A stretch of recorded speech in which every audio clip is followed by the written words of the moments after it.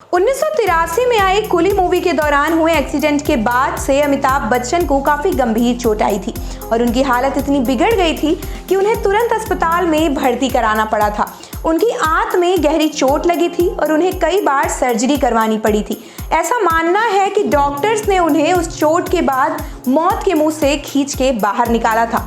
लेकिन इस एक्सीडेंट से जुड़ा हुआ एक ऐसा किस्सा है जो सुनकर शायद आप भी हैरान रह जाएंगे।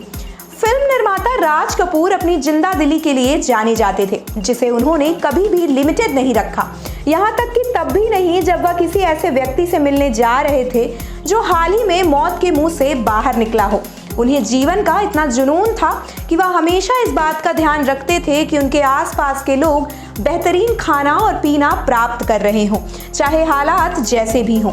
राज कपूर की इस खासियत का एग्जाम्पल तब भी देखने को मिला जब वह अमिताभ बच्चन से इस इंजरी के बाद अस्पताल मिलने पहुंचे, जहां एक्टर इस हादसे के बाद भर्ती थे। अमिताभ बच्चन मनमोहन देसाई की फिल्म कुली के सेट पर एक स्टंट करते हुए काफी गंभीर रूप से घायल हो गए थे। इस फिल्म में राज कपूर के बेटे ऋषि कपूर भी एक्टिंग कर रहे थे और दुर्घटना के समय सेट पर मौजूद थे। इस दुर्घटना के बाद अमिताभ बच्चन को बेंगलोर से मुंबई एयर एम्बुलेंस के जरिए लाया गया था और पूरा देश उनके लिए प्रार्थना कर रहा था। जब वह चोट से उबर रहे थे और ब्रीच कैंडी अस्पताल के आईसीयू में भर्ती थे, तब राज कपूर उनसे मिलने पहुंचे। अमिताभ ने इस घटना को ऋतुनंदा की किताब राज कपूर दी वन एंड ओनली शोमैन में याद किया था। उन्होंने बताया कि जब राज कपूर उनसे मिलने आए तो वह एक शैंपेन की बोतल लेकर आए थे, क्योंकि वह उन्हें कुछ ऐसा देना चाहते थे जिससे वह आगे की ओर देख सके।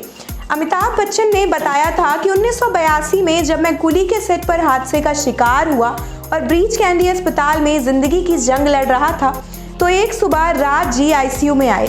उनके हाथ में शैंपेन की एक बोतल थी। वो मेरे पास बैठे और कहा, जल्दी से ठीक हो जाओ, हमें तुम्हारी जिंदगी के जहाज पर यह बोतल तोड़कर एक नई शुरुआत करनी है। फिल्म इंडस्ट्री के सबसे बड़े शोमैन राज जी के पर्सनालिटी में जिंदा दिली हर पोर में बसी थी। वह चलते थे और उनके साथ उनकी एक्साइटमेंट से भरी एनर्जी भी चलती थी। 1980 में अपने एक इंटरव्यू के दौरान अमिताभ बच्चन ने कहा था कि वह पहले बहुत ज़्यादा स्मोकिंग करते थे, नॉनवेज खाते थे और शराब भी पीते थे।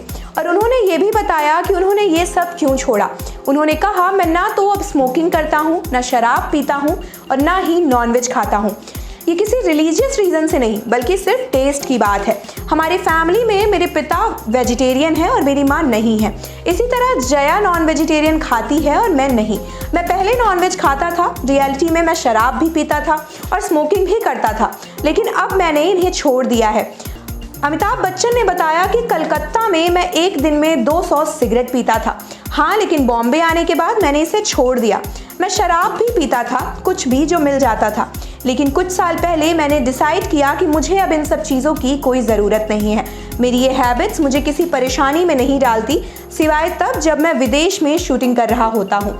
तब शाकाहारी खाना मिलना काफ़ी मुश्किल हो जाता है। आप देख रहे हैं सौगंध टीवी, सौगंध वतन की।